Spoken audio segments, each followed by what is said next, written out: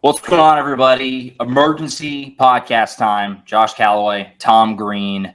We just had a show earlier today with Colin Kennedy and myself. We're back for episode 2 of the day because breaking news, defensive coordinator Ted Roof and Oklahoma have parted ways. The team announced it just a little bit ago before we started recording. This was called as a mutual parting of ways. Ted Roof just literally a week ago in San Antonio said he had no intentions to leave or to stop coaching, that he loved Oklahoma, all that good stuff. And now he's gone. And Oklahoma in the same offseason is going to be replacing their offensive coordinator, which they already did, and their defensive coordinator, which they have said the search will obviously begin immediately. Tom, a lot to digest here, obviously. DC is now open for Oklahoma. But just off the top, before we get into kind of the weeds of who we think is going to replace him or the ripple effects, just your reaction as this drops on a Thursday afternoon, somewhat out of nowhere. I mean, we had heard whispers of this maybe being possible, but it was more framed, at least to me, in the angle that he could be maybe retiring. He shot that down in San Antonio, but the change is being made anyway. What's your reaction to all this? This is kind of crazy. Yeah, like you, I think I'm a little bit surprised, especially after we had just spoken to him a little bit more than a week ago. This is last Tuesday that we talked to him. Sure. And he was very adamant. His exact quote was, I love the grind. When I quit loving it, I'll quit doing it. I'll find something else to do, but I don't see it happening anytime soon. He went on to say, I love everything about coaching. I love the grind. I love the type of people I'm with. I love being at a place where my core values align with the head coach and the university, the staff I'm with, and the players I get to coach. Being at a place like the University of Oklahoma, I love when that expectation level is high. I love being a part of that. And, he had just finished up the second year of a 3-year deal that was worth $3.45 million.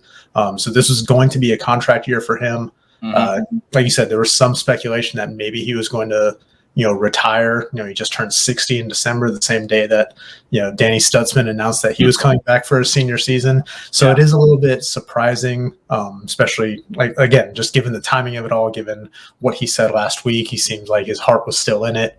But yeah, I mean, it's just a little bit surprising, especially now you're going into your first year in the SEC with a new offensive coordinator and a new defensive coordinator. And that doesn't exactly seem ideal. Yeah, this is not a hot take by any means. It never seemed like Ted Roof was going to be a long-term thing at Oklahoma. From the time that they hired him, obviously they come in, Brent Venables gets the head coaching job, and it's like, who's going to be his DC? Because obviously Venables, it's going to be his defense. He's going to run the show. Who's going to be the guy underneath him? Ted Roof was an underwhelming name when it came out. A lot of fans were like, okay, that's not what we expected. Obviously, you look at Ted Roof's career resume. He's been at every place for just a year or two. He's coached a long time at a lot of different places. And there was some thought that maybe after last year that they would maybe do this. They decided to run it back with Ted Roof, and the defense improved. But obviously, it's still not a finished product. And I think that this is overall a great sign that Brent Venables and this staff, this administration, Joe Castiglione, they're all taking it very seriously, that they know they're not where they need to be. And nothing against Ted Roof, personally. Obviously, he's been very polite to media in his 2 years, and we all like him. But he's not going to elevate your defense and help you. He's more kind of there to kind of help, for lack of a better term. I mean, Brent, he's the linebackers coach. We all know that Venables coaches the linebackers. We're out there at practice. This is Venables' defense. He probably needs somebody, Venables I'm talking about, that can actually help him run the show a little bit, like we see Kirby Smart do, that he had with Dan Lanning beneath him. We see Nick Saban do, and guys like that. So I think it's a great sign if you're an Oklahoma fan to feel good that Oklahoma's not just sitting back thinking like, we're moving the right direction, we're going to get the way we want. They're being aggressive in trying to get where they want to be. I think that's maybe the most positive aspect of this for Oklahoma. And now we'll see where Brent Venables goes with it, if he can bring somebody in or promote from within or whatever it may be to kind of help get that last missing piece of the puzzle on getting this defense to that elite level where obviously they want it to be. It's going to be fascinating to see how this plays out. Yeah, again, I think we're surprised by the timing of it all, like I said, because we spoke to Ted Roof last week. Mm-hmm. But, this is something that we all thought was very possible, even, before the season started, when we were, talking to Brent Venables, and he was saying that he learned last year that he can't just be a CEO head coach. He needs to be a guy that's got his fingerprints all over the defense. So he was more involved in that. It was a collaborative play calling effort between him and Ted Roof. Obviously, Brent's going to have final say in all that. So we knew that this defense was going to be more in Brent Venables' image. Ted Roof obviously worked with him a little bit at Clemson in an off-field role, so they had an existing relationship there. And Ted Roof did a good job helping get this defense kind of off the ground and heading in the right direction because they made improvements year over year. It's not like Ted Roof was a disaster defensive coordinator. Him and Brent Venables and the rest of that defensive staff, did a really good job. They improved from 99th nationally in points allowed per game to 49th after the weekend. Pretty much gave up one touchdown fewer per game this year, and that's not even including like the pick six that Dylan Gabriel threw in the Kansas game. So you can adjust that a little bit more. But they improved dramatically and situationally. On third downs they were a whole lot better. Red zone touchdown defense, they made just giant strides, and then they made incremental strides in other areas: yards per play allowed, rushing, yards per rush allowed, defensive pass efficiency. So they were heading in the right direction. But I think, like you said, Brent Venables. Look, I still think no matter who he brings in, he's still going to be very involved just because that's kind of the nature of who he is. That's what he's done throughout his career. Sure. But he wants somebody to help get this defense over the hump. Yes. And like I said, they're heading in the right direction, but they just kind of need to get a little bit more out of that unit, especially as they head into this new chapter in the SEC. For sure. And again, I'm not trying to rip Ted Roof, but, like you said, help him get over the hump. Ted Roof is kind of viewed, maybe right or wrong, I don't know, we're not inside the building every single day, but he's viewed certainly from an outside perspective as he just kind of there as, I don't know the right word, like the substitute teacher. Like he can do what Venables needs him to do when he's not there with the linebackers, with the defense, but it's still Venables running the whole show. And so bringing somebody else in that maybe can help take a little bit more of that load off and is a great defensive mind of their own would be a huge plus. So obviously that's where you got to go. And the one nice thing here for Oklahoma is that this is not going to be nearly as stressful for fans. This will be a lot more fun, I think, the offensive one, because whenever Colin and I hopped on here after Jeff Lebby took the Mississippi State job, there was fear, right? Panic that, oh gosh, are we going to lose Jackson Arnold? Are we going to lose all these offensive recruits? You're not really worried about that here because Brent Venables is the mastermind of the defense, and the staff you're assuming is going to stay in place mostly. There's not a lot of recruiting ramifications that you feel like are going to be felt here from losing Ted Roof. Now, what they do with the hire, though, is going to be very, very fascinating. Now, they promoted from within on offense with Seth Luttrell and Joe John Finley. Could very well see them do the same here on the defensive side. Obviously, people are throwing out, Brandon Hall, Todd Bates. You could bring James Skalski right up from his analyst role, potentially maybe to fill that linebacker void. What are you thinking here in terms of what makes the most sense? What would you do? What are some other names that, jump out to you as a possibility here in the immediate reaction? This news has been out for an hour or whatever. Yeah, I would not be surprised if they promoted from within. You mentioned Todd Bates. He'd be very qualified. He's been with Brent for, since 2017, I believe, at Clemson. He's obviously a guy who's played in the SEC. Brandon Hall has defensive coordinator experience when he was at Troy. He had a brief stint in the SEC in 2013 as an analyst at Auburn, where they, came within 13 seconds of a national championship. So promoting from within would make sense. And then, like you said, maybe bringing up another analyst like James Skalski to take over the linebackers and help Brent Venables there. But if you're looking outside hires, I think there's a couple names that are certainly worth monitoring. Zach Arnett, who was the defensive coordinator at Mississippi State for a few years before being promoted to head coach and then not even making it through his first season. I think he's probably the best, available guy that's not under contract somewhere right now. He's a hell of a defensive coordinator. Obviously, his stint as head coach at Mississippi State didn't work out as much. He's a guy that's familiar with the SEC, and a guy that's used to, running a defense with an offense that's based in the air raid. That is something worth considering. Is that he knows how to handle a defense when the offense is moving that quickly and, can flip the field quickly and, be out there because, we've heard it so many times, the need to play complementary football, whether that means slowing it down sometimes offensively to give the defense a break and all that stuff. But having a guy that's familiar with basing his defense off of that type of offense is definitely something that he has in his favor. And again, he's available. Another name that's really interesting is Zach Alley, currently the defense coordinator at Jacksonville State under Rich Rod. He was a student assistant and a GA at Clemson from 2011 to, I believe, 2018. So he was there the year before Brent Venables got there, but then he spent several years there with Brent Venables, and now he's obviously got defensive coordinator experience at the Group of 5 level, as Jacksonville State just made the jump over from FCS. So I think that's another really interesting name to watch. But I think all 4 of those guys are really intriguing. And obviously, Brent Venables said, it's going to be a national search. It's underway right now. We'll see what they go with it. But I certainly think that, given how the offensive coordinator search played out, I would not at all be surprised to see Brent Venables promote from within.